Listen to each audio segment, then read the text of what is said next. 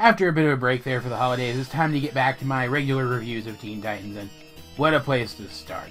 It's time to start reviewing Season 3 of the show. We're actually making really good time on this review series. And of course, I am still making these reviews, having only just now rewatched these episodes after quite a long time, and I'll be perfectly honest with you guys, Seasons 3 and onwards, I've seen those the least of any seasons of this show anyway. Watching these episodes, they are going to feel familiar to me, and I am going to remember things, but it almost feels like I'm watching these episodes for the first time. That said, in terms of this being a season premiere, I think that this episode, Deception, does a fantastic job of being exactly what it needs to be. Season 3 is overall going to have the same kind of focus on Cyborg that Season 1 had on Robin, for example. And so it makes sense that in this episode, Cyborg takes center stage to set up what the overarching story of this season is going to be, or at least give us a hint at what it's going to be, to lay the foundation for it. And now that Slade and Tara are both seemingly out of the picture permanently,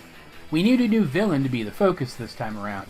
And so it's time to focus on the Hive, those villains who were the villains in what I prefer as the first episode of the show. In fact, the fact that they are the villains in this season premiere, which is sort of a reinvention of the show, just further supports my theory that that episode is the intended first episode of this series overall. The same three elite Hive agents who served as the villains in that first episode have reappeared, and they're causing trouble again. In fact, they're causing trouble very often. It seems like Hive Academy, the organization they work for, is sending them on a lot of missions very close together. This not only suggests that they have a new leader who has new different goals than their previous leader, but it also suggests that he is working towards one of those goals right now. But they're mostly at this point stealing valuables, which suggests that they're in the funding stage of whatever his plan actually is.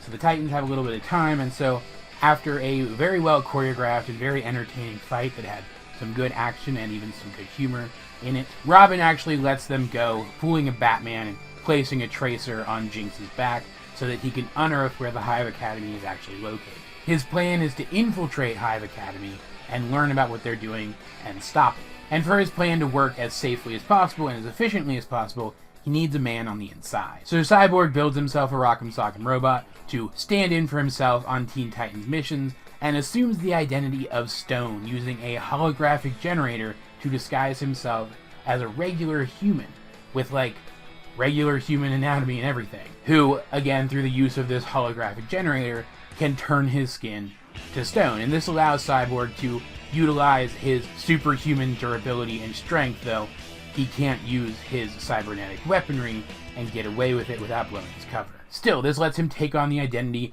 of an aspiring supervillain, someone who actually breaks into Hive Academy and starts attending. A risky plan, but one which is audacious enough that he actually earns the respect of the new headmaster, Brother Blood. He's also incredibly skilled. He's a freaking Teen Titan, after all, and his powers are impressive. And so he's able to work himself up to becoming a member of that same elite squad very, very quickly, and in fact, he's caught Brother Blood's eye.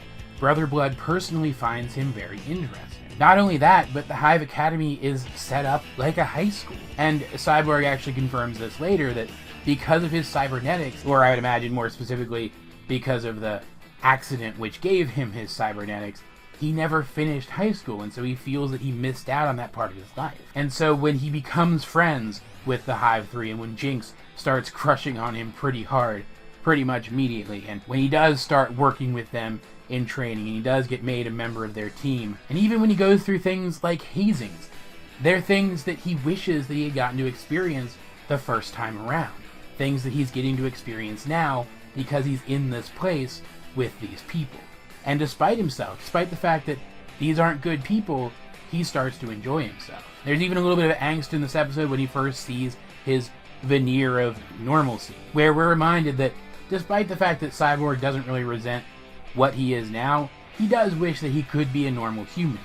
So when he and the Titans finally make their move, Cyborg's specific role in that plan being to uncover what exactly it is that Brother Blood is trying to do, leading Cyborg to discover that they're building some sort of weapon amplifier thing. When Brother Blood catches him, and it's hinted very heavily that he saw through Cyborg's disguise from the start, and when Brother Blood shows Cyborg, and therefore us, the audience, that he has the power to turn Cyborg normal again, or at the very least, create a real enough illusion in Cyborg's mind that he is normal that he wouldn't care. Cyborg pledges himself to Brother Blood's side. Rather than help the other Titans infiltrate Hive Academy from the inside, he helps the Hive elites set a trap for them. He brutally destroys his robot duplicate, seeming to signify that he's turning his back on that old identity of his. Like, there's even a scene where he's beating it down and the holographic rings that he uses to become his alter ego stone, one of them breaks and he turns back into himself, seemingly symbolizing that not only has he turned his back on his old life, but now he's being entirely open with the people involved in his new life. He doesn't have any secrets from them anymore and has become one of them fully. And there's nothing that the other Titans can do about it. They've been caught in a force field which has contained them completely and perfectly. This is when Brother Blood reveals that while he probably intended to use the amplifier doohickey on himself originally, he sees the potential of someone with as much power as Cyborg to be amplified by it even more. And so he swayed Cyborg to his side specifically to use the amplifier, giving the amplifier to him and ordering him to kill his friends. He doesn't do it, though, turning it on Brother Blood instead and driving away, and he and the other Titans go home with this piece of tech. We get a bit of wrap-up where it's made clear that despite the fact that Cyborg does feel like he missed out on things, and despite the fact that, as I said before, he did seem to be enjoying himself at Hive Academy, he is perfectly happy here, where he is now, with the people he's with. These are people who love and care about him, who he loves and cares about. And even though there are things that he wishes he had been able to do, there's nowhere else he'd rather be. In fact, there's a line in this episode which seems to speak to that. You could have been one of us. I could have been a lot of things. And like, yeah, you can read that as Cyborg longing for all of the things that he never managed to experience, but at the same time you can read that as Cyborg reminding himself that he could have become something other than the hero that he is, which now, looking back, is something that he's glad never happened. This is a fantastic episode with some very poignant dialogue, some fantastic animation and general characterization for Cyborg as a character, exploring his character more completely than any other episode of the show has up to this point, and even picking up themes from earlier seasons and taking them to their logical extreme. This is the start of an arc. This stuff with the Hive will be explored more as the season continues, but this episode in and of itself feels very self-contained. It tells a complete story. The action in the episode was, as I said before, very well handled. All of it was very well handled, from the first fight scene to the training scene at Hive Academy to the final fight scene. All of it was great. And the Titans' plan to infiltrate Hive Academy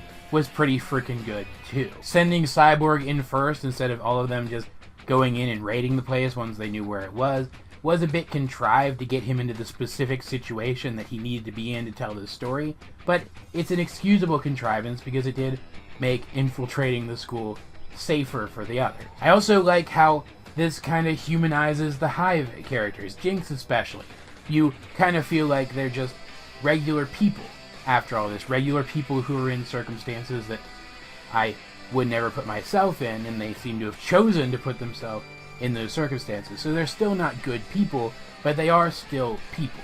They aren't the fairly generic villains that they had been up to this point anymore. We also get some pretty cool villain designs that I'd probably recognize if I knew the comics better. And even the fact that the Hive 3 weren't surprised when Cyborg's alter ego Stone was added to their team sets up the fact that later down the line their team will have more than 3 people on. There are also some neat parallels here between Robin and Cyborg as characters.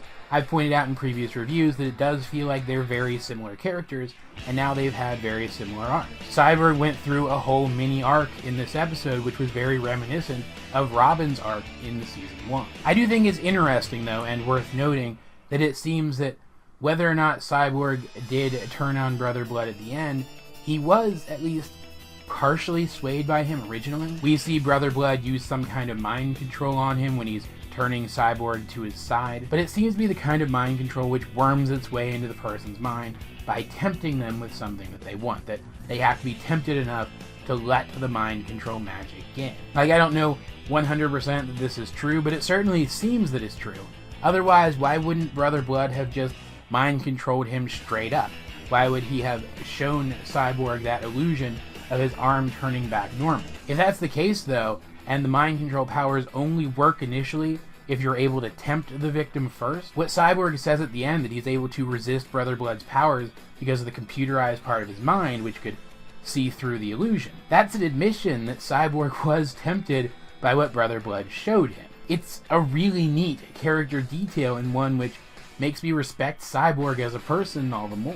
Overall, I'd say that Teen Titans Season 3 has gotten off to a fantastic start, and I'm really looking forward to going back and rewatching these episodes, which, honestly, I'm not even sure I've seen all of them. Let's be serious here. I have never been more excited for continuing this series of reviews, and I hope that you guys will continue to take this journey along with me. All that said, though, guys, if you have seen the Teen Titans episode Deception, what did you think of it? Let's get a discussion going in the comments section down below, or over on my Discord, link in the description. But either way, this has been AJ22, and I will talk to you guys later.